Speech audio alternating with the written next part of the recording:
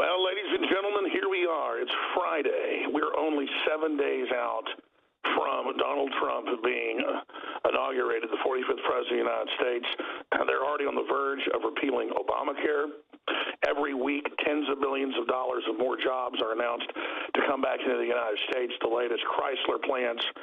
We are seeing him come out against vaccines. Again, ladies and gentlemen, I told you that was coming. This is unbelievable.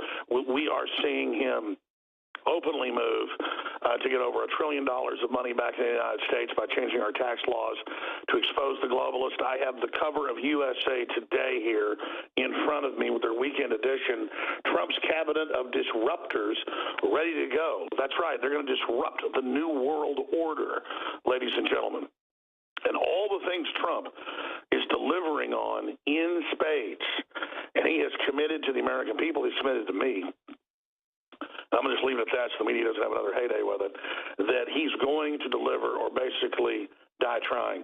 He is going all out. And that's why we're seeing this unprecedented move right now to disrupt the inauguration and to actually try to sell the American people on an overthrow of Trump. The establishment, the globalists are trying to convince themselves that they can try some coup with Obama with 7 days left. Now, remember, in the last month, I've been warning you that they're trying to launch a continuity of government, COG, basically Operation Valkyrie. They used COG in 1944 to try to kill Hitler, their continuity of government system, but it backfired. Well, they've turned that around now. They're acting like Trump is illegitimate, and they're trying to sell COG through rogue groups in the government to convince them that what they're doing is okay and normal. And I've said the left is openly behind the scenes calling for martial law and the arrest of Trump or the blocking of Trump, and then a, quote, new election. That's why Homeland Security last week announced the federalization and total control of elections. People said, well, he'll be gone in 10 days or so, last week or 12 days, whatever it was.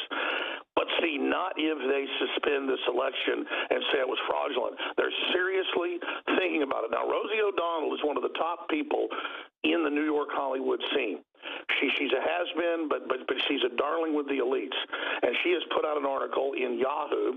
We'll put it up on Infowars.com for everybody right now.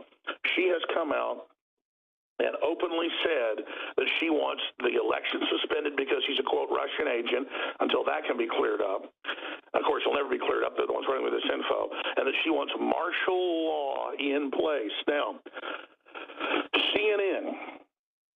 CNN just 3 weeks ago had a talking point that they put out that I put a lot of attention on, where they said civil emergency, national emergency.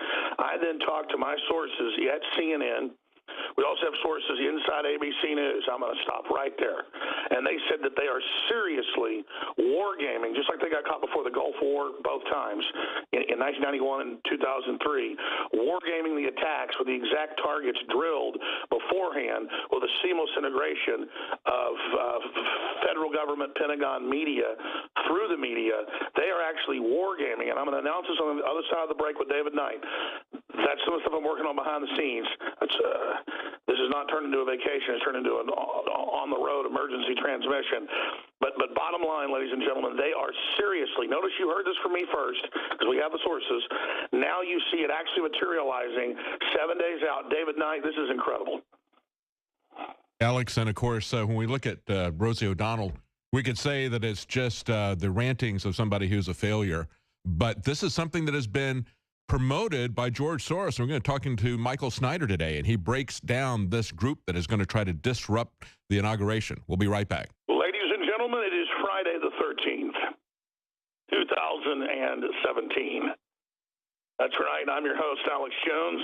We are now looking at 7 days out of number 45, President-elect Donald Trump becoming the 45th President of the United States. I'm going to be here till the bottom of the hour.